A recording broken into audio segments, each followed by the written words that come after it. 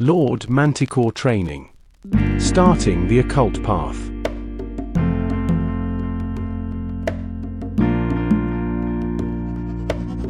Today we're going to be looking at the most difficult part of any occult journey, the first few steps of the beginning. It's difficult because people have come to it usually having read lots of books and been quite excited by the prospect of actually doing something for once. So they usually open up the Key of Solomon or Regarde's Golden Dawn book, pick the longest and most difficult ritual they can try, and give it a go. At best, they get exhausted. At worst, they manifest something to physical manifestation which eats their brains. The last one doesn't happen that often. But part of the problem is they've fallen for the first trap on the spiritual path. They've gone for the glamour and the excitement without thinking that there's something they need to do beforehand. The first steps on the magical path are dull and unexciting, but they have to be done, and they have to be done regularly. Those who have attempted to make the step from being an armchair magician to something who actually lives the path is very, very hard and very, very difficult. And part of this is to do with their lower genius. Their lower genius wants everything to stay the same. It wants to keep things intellectual, which is what it rules. But the reality is true magical power, magical ability and ritual is nothing to do with intellect. In fact, there's some pretty thick magicians who are really good at what they do.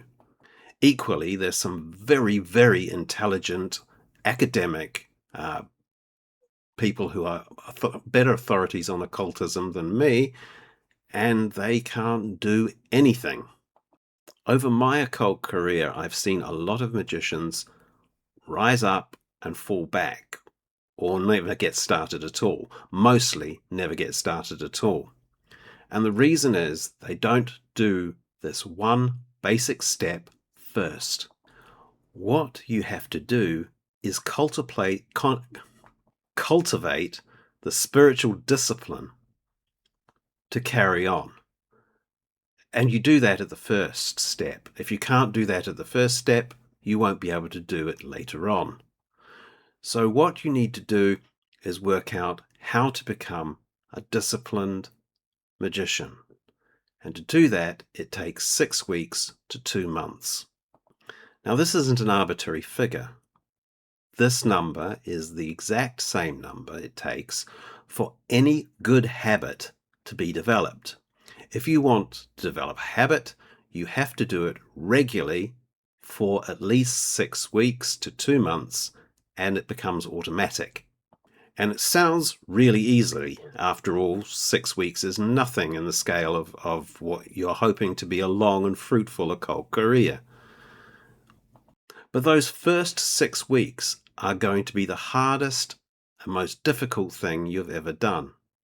To make matters worse, if they are productive, going to be truly productive, then they're not going to be intellectually satisfying either. You're not going to be able to take some great ritual and perform it regularly for 6 weeks, because you just can't.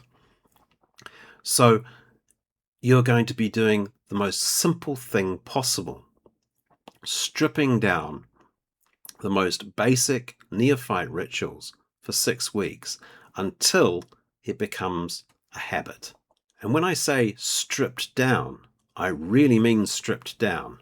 You're not allowed to think about colors. You're not allowed to think about specific symbols associated with different forces. You are only going to concentrate on the barest symbol. Now, the reason I say this is because people are always telling me how difficult it is for them as a beginner, because they have to go through a battery of rituals every day, and they find it very, very difficult to do. Usually it's things like the lesser banishing ritual of the pentagram, the lesser invoking hexagram, the lesser banishing hexagram, and the rose cross ritual, and then they'll start on their main ritual. Now, this is too hard, and it was never meant, the Golden Dawn never ever meant anybody to do this. And for very good reason. When you start, you can't do it. Now, intellectually, you might think you're up for it. You might think you're special. You might think you are the coolest magician that ever came out on Earth, walked on Earth. But the actual truth is you're not. And the mere fact you think you are means you are a very, very long way away from your target. If you don't believe me, look at the Golden Dawn Knowledge Paper number 1. You can find it in Regarde's Golden Dawn book. It shows you all the rituals that a student had to do in the outer order. They are the cabalistic cross and the lesser invoking ritual of the pentagram. You're also allowed to play with the lesser banishing ritual of the pentagram in case in situations where you were threatened or you were working in an unfamiliar space. But it was actually discouraged. Later on, there was a belief that if you did the invoking in the morning and the banishing in the evening, that somehow this was a good thing. But magically, this makes no sense at all and is probably not worth concentrating on. That's it. 2.5 years of just doing that. Alongside the elemental initiations, the whole function of these rituals was to balance you and to force you into a confrontation with your lower genius. It also gave you the chance to practice things like visualization, rituals themselves, and divine names. Now, I'm not saying you have to do that for 2.5 years. I think in the modern times where most students have the attention spans of gnats, we're not going to get away with that. But what we can do is start to work to obtain the discipline to be able to carry on. And that discipline starts with 3 basic rituals, which we'll get to in a minute.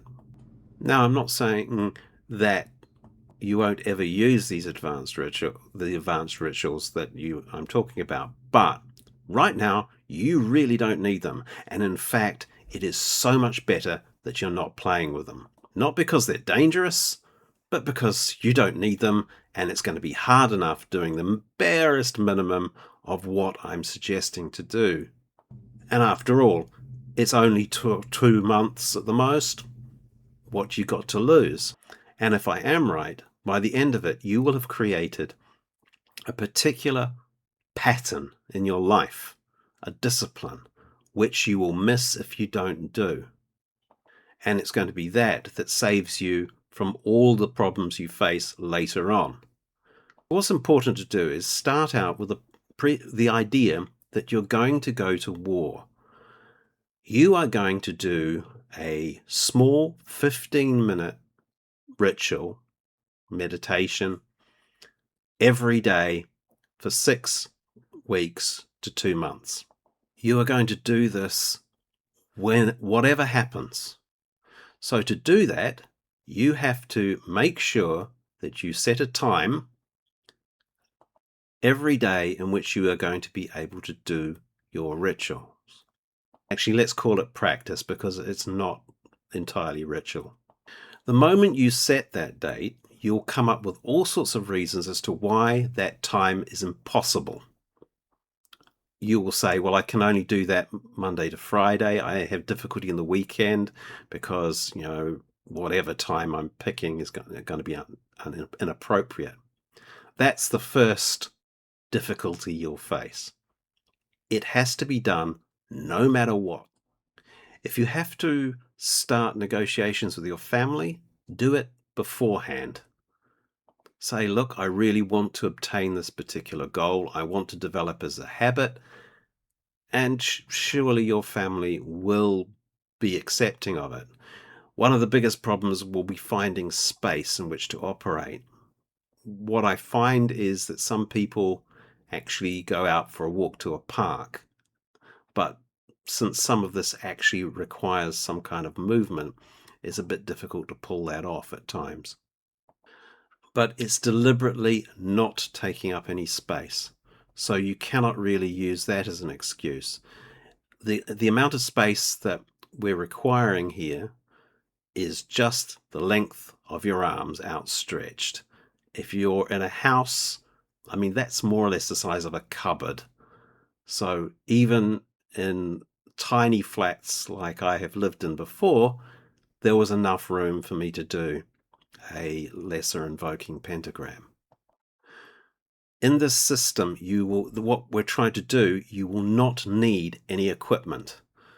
If you have to have equipment, and some people really love equipment, all you need is a plain bog standard dagger. Preferably steel or iron in the front. Don't go for anything exotic or expensive. I've had this for 40 years. It's been around the world with me, and I haven't needed anything else for what we're going to do today. You also don't need robes or anything else that you think you need if it's going to stand in the way of you actually doing the exercise. Sure, get yourself a black or white robe if you really want one, but it's not that important. Also, I'm going to give you some basic exercises. It's really important that you don't try and embellish them. Don't think, well, Nick didn't say this, but I'm going to visualize it in this way, or in color, or I'm going to follow so-and-so's book because that's a bit more detailed. And I also like the idea of my angels being in elemental colors and all this sort of shite. That's not what we're trying to do here. In fact, I'm inclined to say that if you can't do this, give up. Because if you can't do it basically, simply, then you're never going to be able to manage the harder stuff, particularly later on. Remember, the goal is not to do this in a way that is going to produce a massive magical effect. It's going to help balance you, but it's primarily designed to make sure you have the discipline and the desire to do something every day for the rest of your life. That is the definition of a modern magician, not anything else. If it helps, what you're following here is the basic training of any Farrell Golden Dawn neophyte. But I've added a few things which might help. So the first thing you do is you stand with your arms by your sides and start to relax. You breathe in for a count of 4, hold it for another 4, and out for a count of 4. And you repeat this. Now, how long you need to do this is entirely up to you, but while you're doing it, you are trying to get yourself as relaxed as possible.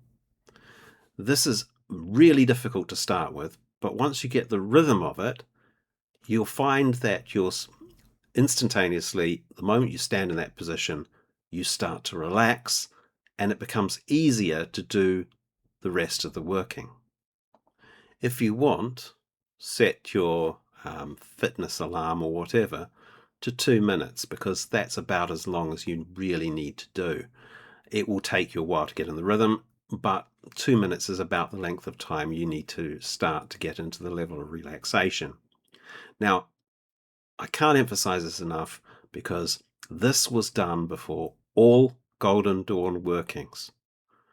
So it's one of the things that conveniently has been dropped, but is hugely important. It has a lot of uses. For a start, it programs your unconscious to start to relax before you do any workings, which is hugely important, because sometimes you'll be showing up at someone else's house or someone at another temple or whatever, and the moment you do that, you're in a ritual framework and ready to go. Most people do it sitting down, but I'm assuming that you haven't got any room. If you want, sit down before you move on to the next stage. The next thing you do is the cabalistic cross. Now, the cabalistic cross, the way we're doing it, is seemingly simplified. I'm not going into vibrations or anything else like that, because really at this stage of the work, you aren't ready for it. Just simply go, tap your forehead about where everybody says your third eye is, and say the words Ata. As you do, visualize light coming from the heavens and hitting you right in the forehead. Then visualize drawing that light slowly down to about your belly button. You tap your belly button and the light goes to the floor. And then you say Malkut. Then you take your hands to the right shoulder and go Vegavora. Draw it across to the left shoulder and say Vegadula. Then you visualize bringing in all the energy in your sphere of sensation or your aura into your heart center, like that, turning your hand over so it rests where your heart is. And you visualize these lines of light finding an intersection at your heart center. And then you visualize it getting bigger and bigger, this white light getting bigger and bigger and bigger, and slowly filling your sphere of sensation. This is a ritual that's sometimes done too much and sometimes not done enough. Its main goal is to balance you. In fact, it's really good to practice it when you're not doing your regular session. The way I did it was write down the names I gave you and then memorize them and just practice saying it over and over and over again until it becomes second nature. The effect of this little ritual, I mentioned, was for balancing, but it has a lot of other effects. It's generally part of the strengthening of the sphere of sensation. But if you've had a shitty day, it's primarily because you're unbalanced in some particular way, and this little ritual will help you resolve it. Don't try to think of them in terms of color. Although it's Gavora and Gadula and Malkut and all these cabalistic names are mentioned, don't think of them in terms of their queen scale colors or anything else like that. Nobody in the Golden Dawn was told that until well into the second order. And at your stage of development, it won't help you to use those colors because they have no meaning to you. Generally, you do the middle cabalistic cross before you do anything and after you've done everything. The reason is because if you're unbalanced by a ritual, you want to do it at the end, and it makes everything sort of not go too badly. You want to do it at the beginning to make sure you're as balanced as possible before you go into the ritual. The next thing you're going to do is the lesser invoking ritual of the pentagram. Now, I've done a video on this, and you can see this down below. But at this stage, it's really important that you just remember things, make sure that the movements become as automatic as possible, and that you know the names of all the beings that you're calling and all the divine names.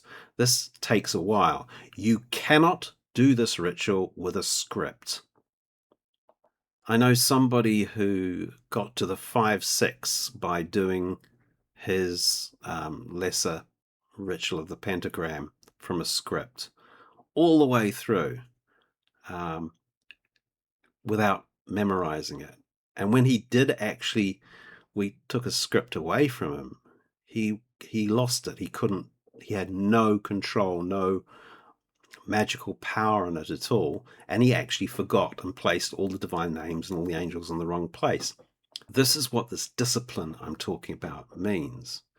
If you've memorized all this, you've done all this clearly, and over the space of 6 weeks to 2 months you will have done, this will be brilliant for you.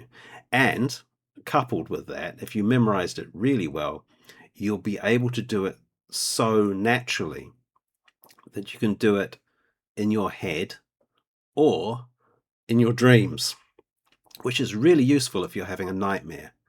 There are a number of dreams I've had where I've been having a nightmare, and in the middle of them, I've done this ritual, and whatever was chasing me disappeared. So let's go through it. You've already done the cabalistic cross. You don't need to do it again. So what you do is you face east. Now, I'm not saying you need to face true east. You need to pick a place that's going to be east. True east usually happens to have has a nasty habit of being in the corner of something and limits your space a lot. Just pick a place which is naturally in front of you and draw your first invoking pentagram. And as you do it, you vibrate the name Yod He Vav He. You visualize the pentagram in white light, and if you know the Hebrew, and it's really useful if you can find out, visualize the Hebrew letters for Yod He Vav He in the center of the pentagram. Notice that I haven't done anything particularly elaborate with this. I've just drawn the pentagram while vibrating the name. There is some additional steps that some Golden Dawn groups do, where they vibrate the name and then they do the sign of the enter and all sorts of things. At this stage, you don't need to do that because, like I said, Golden Dawn knowledge paper doesn't mention it, and it's not that important anyway. So when you've finished vibrating your divine name, you place your fingers in the middle, or your dagger, in the middle of the pentagram and go to the south and draw another pentagram, this time saying the name Adonai. Adonai. If that's safely done, you then poke the middle of the pentagram again and go to the west, this time saying the words Ahaya. Poke the center of the pentagram again and then go to the north and say the word Agla. Then go to the east and connect the circles together. So you're now visualizing yourself in a circle of white light surrounded by 4 pentacles. If you're really good, you've got the divine names as well. But again, because you've actually said them, they don't necessarily need to be there. And if you're not that good at visualizing, which at this stage, I honestly wouldn't hold it against you, it's not that important. Then you say this ritual phrase: before me, Raphael; behind me, Gavrael; to my right hand, Mikael; to my left hand, Uriel. As you do this, you visualize 4 white spectral shapes. You can't visualize angels at this point in your magical career, and certainly you don't want to overemphasize it. Don't go giving them swords, don't make them face funny directions, don't do anything. Just visualize them like they are spectral shapes, like ghosts. Because that's all they're needed to be. You're not summoning archangels here. If you could do that, you wouldn't be a beginner. What you're doing is you're creating 4 astral forms. Now, these aren't elemental beings. They are the angels of the directions or the winds. They are part of the orientation process, which I mentioned before. All the balancing that's been going on, these are orientating you to nature and the world. Most people, when they're born, their sphere of sensation gets screwed up by experience. So what this process is doing, this invoking pentagram is doing, is empowering it and orientating the sphere of sensation so that it's working correctly. The next thing you say is above me is the six-rayed star. Or you can say above me is my higher genius, or between the pillars is the six-rayed star. Any of these things, or above me is the six-rayed star. It doesn't matter. The six-rayed star comes down to, is part of the naught ceremony, and if you're not in the Golden Dawn, it doesn't really matter. Higher genius is a good general term. It represents the same thing. What you are visualizing is above you, your true higher genius, your true self, spiritual self. It's that which you're aspiring to, and that which you are doing all this rubbish for. A six-rayed star is quite a good visualization because it's packed full of symbolism. But if you can't do that, visualize another spectral form which you know is your higher genius. And then you finish this little ritual with a cabalistic cross. But instead of drawing the white light from above you, you draw it from your higher genius. You've just invoked it, so you're drawing it down from that and into your sphere of sensation. And when you do your sphere of sensation this time, you visualize it as being surrounded by these pentagrams, surrounded by your higher genius, bubbling with white and powerful light. The effect of this is hugely balancing, and can't be understated if it's done every day. Just once, every day. The last thing we need to do is a similar sort of exercise. Now, I say this with some caution because although I'm not a big fan of it, it does have its uses for the first 6 weeks of an occult student's life, and that's the middle pillar.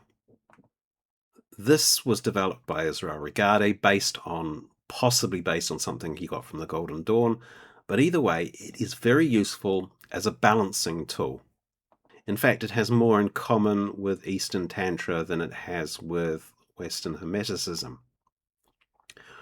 What we are doing here is building the middle pillar of the tree of life in the student's sphere of sensation. But that's intellectually what it's doing. What it's practically doing is empowering the sphere of sensation, magnetizing it using the old terms, and also cleaning it out of anything that is nasty, bad baggage, astral parasites, former partners, anything. Before I take you through it, I should warn you that although Regardie insisted that if everybody did it for the rest of their life, every day for the rest of their life, they would become enlightened, most people I have encountered who use it have only found a use for it. After 6 weeks, it does its job, and that's it. And they only really need to do it again if they're ever run down. But those 6 weeks can be quite eventful. My first teacher said that he did the middle pillar, and he almost had to go to hospital because he was perpetually having the runs, and that was all that the middle pillar was actually getting, expelling rubbish from him. So what we do here is we visualize spheres. Now, like the cabalistic cross, we don't visualize colors at this point because it's not necessary, and what's more important is that you are placing these symbols in your sphere of sensation, accepting them, and accepting that they are going to balance you. What you do is you visualize first a big sphere of white light above your head, and as you see it, you vibrate or say the word Ahaya. Then you draw that white light down to your throat center and say the word Yod He Vor He Elohim. And then when you've finished that, you draw it down to your solar plexus area, see a white sphere, and say the word Yod He Vor He Eloav Da'at. Then draw it down to your groin, see another white sphere, and vibrate the word Shaddai El Kai. Then draw it down to your feet, see another white sphere, and vibrate the word Adonai Haaretz. Breathe in and see all these spheres operating together. Now, this is going to take some time, but it's worth doing properly. So draw the light from sphere to sphere down to your feet. Do this in a single in-breath down to your feet, and then suddenly breathe out. And as you breathe out, push all the energy and the Malkuth center up your spine into the crown, where it explodes in a firework of sparks. Do this 3 or 4 times. And then finally, end with a cabalistic cross. Take your time doing all this, particularly in the first week, because it takes ages to memorize all these names, all these positions, and everything else. But that's all you really need to do in the first 6 weeks. You might notice some effects quite quickly, particularly from the middle pillar. But after a while, say about 3 weeks, you'll start to get bored. And your lower self will start to be sending you messages that this is a complete waste of time and Nick Farrell doesn't know what the fuck he's talking about. If that happens, then Nick Farrell did know what he was talking about, because that's exactly what I predict. Your lower self will go into meltdown. And the reason it's going to go down and go into meltdown is because you aren't getting any ego boosts. You're not doing anything special. You're not doing anything that isn't in a book. You're not even doing something that people can brag about. You can't tell your mates, well, I did the middle pillar, when they're all saying, well, I summoned Lucifer to physical manifestation. Of course, they haven't, but that's another story. And once you've done your 6 weeks or 2 months, and you feel that this is natural and practiced and everything else, then you can start looking at some other things.